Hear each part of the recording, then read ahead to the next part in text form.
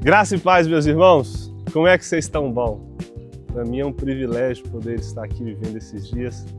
Eu sou o pastor Áquila Vilela, de Minas Gerais, e eu louvo a Deus pela rica oportunidade. Me sinto honrado e privilegiado em passar aqui esses dias compartilhando da palavra de Deus com cada um desses adolescentes, jovens que aqui estiveram.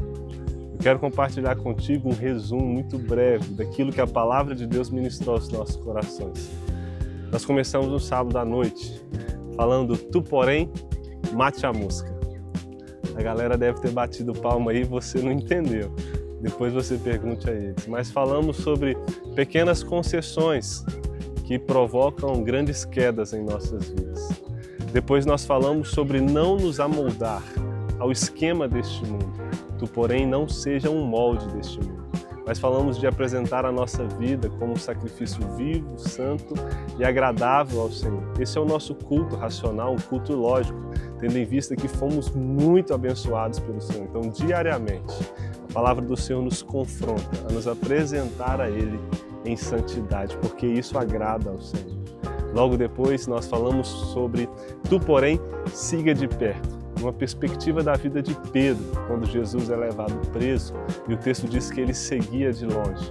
Por vezes nós permitimos que a nossa caminhada, os cansaços e tantas outras coisas nos afaste do propósito do Senhor, e percebemos o quanto Ele representa para nós e o quanto nós temos deixado de entregar a Ele, o quanto temos caminhado distante daquilo que agrada ao nosso Deus. Depois continuamos ministrando, falando sobre "Tu, porém, não se conforme", com o texto que temos como divisa, onde Paulo orienta a Timóteo a assim viver, permanecendo diante de tantas coisas que o mundo está nos oferecendo. Você também é desafiado a permanecer firmado na palavra de Deus. Depois falamos sobre o já e o ainda não, sobre o que o Senhor já fez por nós e também por aquilo que nós ainda iremos desfrutar na glória. Por vezes, as nossas expectativas estão somente nos confortos e nas coisas que temos aqui e esquecemos que um dia Ele voltará para nos levar como noiva dele.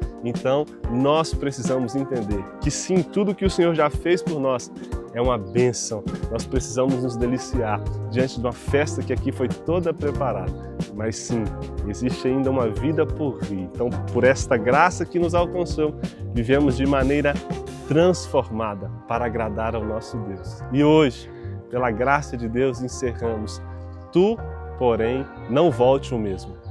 E hoje encerramos pela manhã "Tu, porém, não volte o mesmo", olhando para Isaías capítulo 6.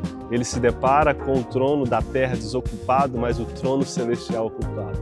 As coisas aqui tudo bagunçadas, mas nós temos um Deus que está no céu, governando sobre nós, operando, agindo para que todas as coisas continuem acontecendo do jeito que Ele quer.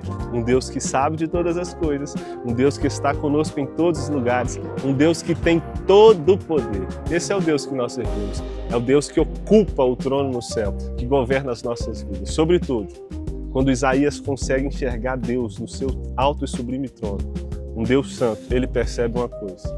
Ele era um homem de lábios impuros. Nós somos confrontados pela palavra de Deus a perceber qual é o nosso pecado, qual é a nossa impureza. E assim, então, pedir ao Senhor que nos purifique de toda a impureza, de todo o pecado. Que o Senhor tenha misericórdia de nós, que o Senhor nos perdoe. Então, o Senhor faz uma pergunta: a quem enviarei? Quem há de ir por nós? Aqui, praticamente todos os adolescentes responderam: eis-me aqui, usa-me, Senhor, envia-me a mim. E depois de um momento, eles foram à frente e juntos se entregaram ao Senhor. Algumas pessoas tomaram uma decisão de mudar de vida, de aceitarem Jesus como o seu único e suficiente Salvador. Eu te desafio também a fazer desta pergunta uma pergunta para o seu coração, entender que você precisa de uma resposta. O Senhor ainda procura aqueles que estarão indo para a escola, família, trabalho, para a sua casa, para a sua igreja, para qualquer outro lugar. E você está disposto a responder assim? Porque agora a mensagem de Paulo não é somente para Timóteo, é para você também. Você foi alcançado pelo Senhor. Então, tu, porém, precisa fazer alguma coisa. Que Que Deus abençoe sua vida. Obrigado pelas orações e pela oportunidade de estar aqui com vocês. Um beijo.